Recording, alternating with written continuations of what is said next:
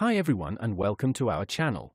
In today's video is about how to fix the program can't start because steam_API.dll is missing from your computer in Windows 11, 10, 8 and 7.